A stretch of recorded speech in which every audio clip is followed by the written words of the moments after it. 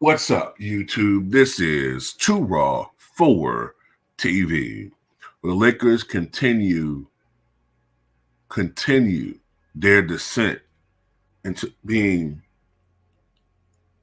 one of the worst franchises of recent memory. The franchise of George Mikan, the franchise of Jerry West and Elgin Baylor, the franchise of Wilt Chamberlain, the franchise of Magic Johnson, Kareem Abdul-Jabbar, the franchise of James Worthy, the franchise of Shaq and Kobe. There's no more. All because of LeBron, Ramon, James, and Jenny Busline. And now JJ Redneck. They have destroyed this franchise. And they may have destroyed the career of a young Quincy Olivari. I hope I pronounced his name correctly. Quincy, you may recall, played very well in that Lakers comeback win against the Bucks. And for some odd reason, in the games in which you want to feature a young talent like Quincy, somehow he didn't get any minutes.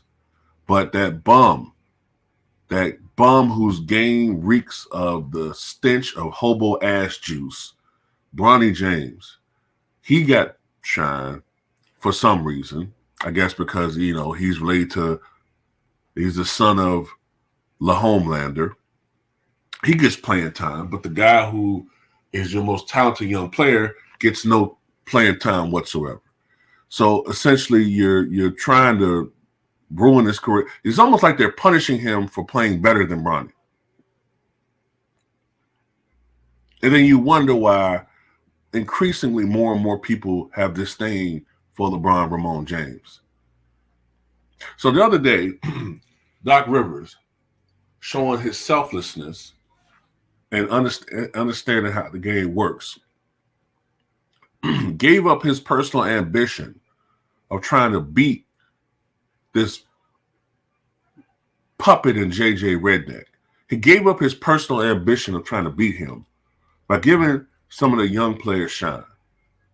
So even though I know in his heart Doc Rivers wanted to win that game, and Darin Ham wanted to win it as well, they looked at, this is an opportunity to play guys who may not make this team, but at the very least what we can do is give some of these young players some shine. And maybe some teams out there, maybe a team out there may take a shine into some of these players, and they may be able to sign these players, down the stretch.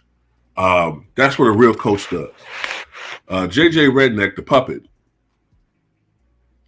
and the Homelander, they're only interested in their own self-serving goals. You know what I'm saying? As I've said before, JJ is just an extension of LeBron Ramon James. Since the 85 bargaining, players cannot become coaches unless they retire. They can't do that anymore. You had that in the past. You had a Bill Russell who was a player coach. You had a Lenny Wilkins who was a player coach, but you can't do that anymore. But the Homelander has found a way around that by getting the Lakers, a.k.a. Jenny Busline, to hire his puppet and Redneck. But essentially, LeBron Ramon James is the coach, in my opinion. He's the coach of the team. JJ does his bidding.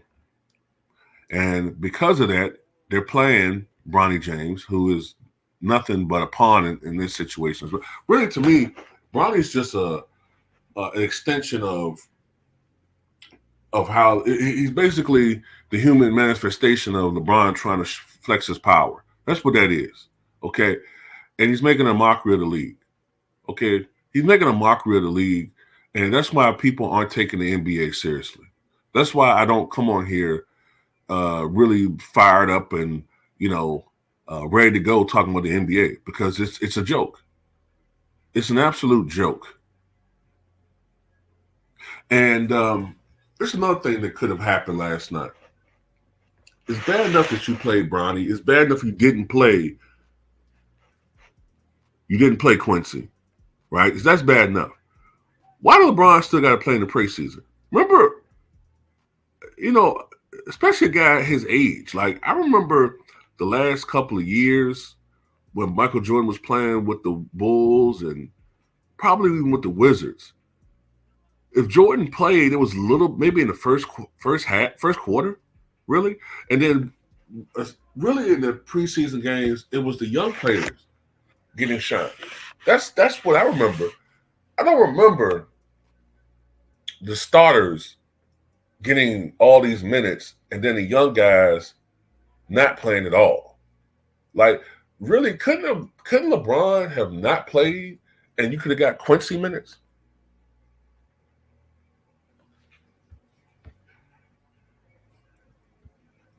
I mean, it doesn't make any sense. It doesn't make any sense whatsoever, man. But this is the legenda. If you're not a friend of LeBron James, if you don't kiss his ass 24/7, this is what he does.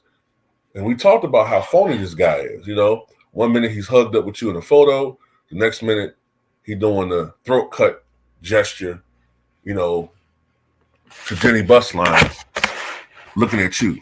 He's a phony, man. He's a phony.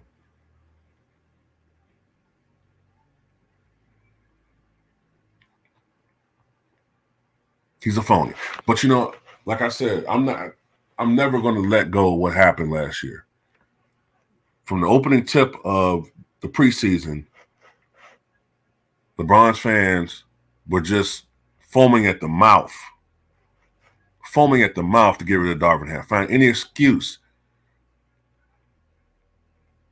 to badmouth Darin Ham. Doesn't make any sense because the record doesn't even match up with what they're talking about.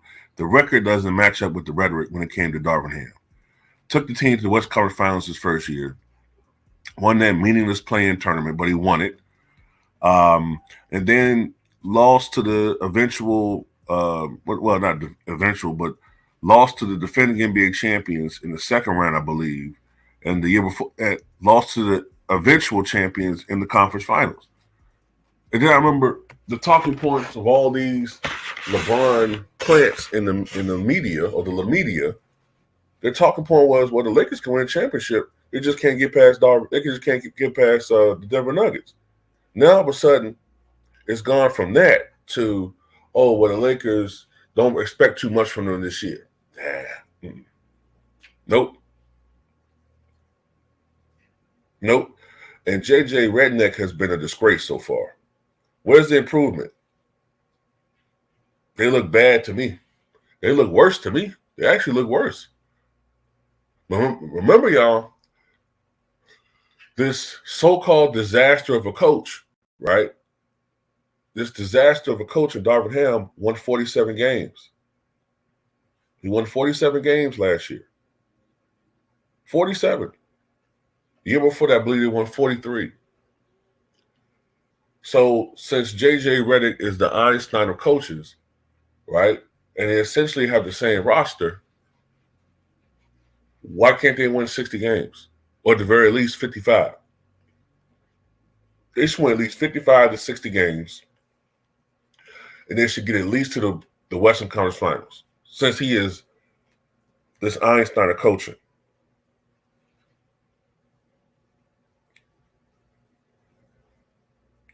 But that's the history of this franchise, man, since this guy got aboard, man. First year, they didn't make the playoffs. You know what I'm saying? Second year, they get AD. They play in the play-in tournament. Yeah, they win the championship, man. But, that championship came with a lot of asterisks. A lot of them. Guys didn't play in the bubble. No road games on the bubble. No fans in the crowd. The media rooting for one team. You know what I'm saying? Guys basically shooting the empty gym. Lakers are the only team that was allowed to practice. They won it, but it is what it is. The Lakers next year became one of the few teams to defend the championship and lose in the first round. Then I think the next year they missed the playoffs, I think. And then last year, the year next, I think that's when they went to the Western Conference Finals, losing to the Nuggets. Last year they lost in the playoffs, largely to LeBron bricking shots. Here we go now, you know. But somehow Jenny Busline has the Homelander as a top 5 influential Laker of all time. If you don't get that fuck out of my face, that bullshit. And JJ Redneck will get smoked every time the Lakers lose. Every time the Lakers lose. You know how sometimes I wait until the morning to do a video about the Lakers?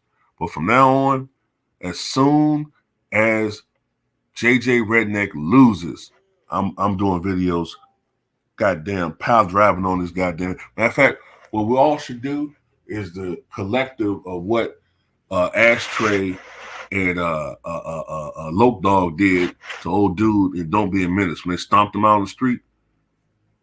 Lolly, lolly. We should just absolutely just goddamn smash, just goddamn pummel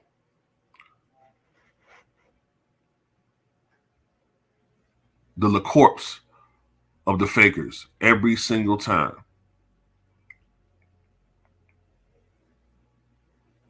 I thought JJ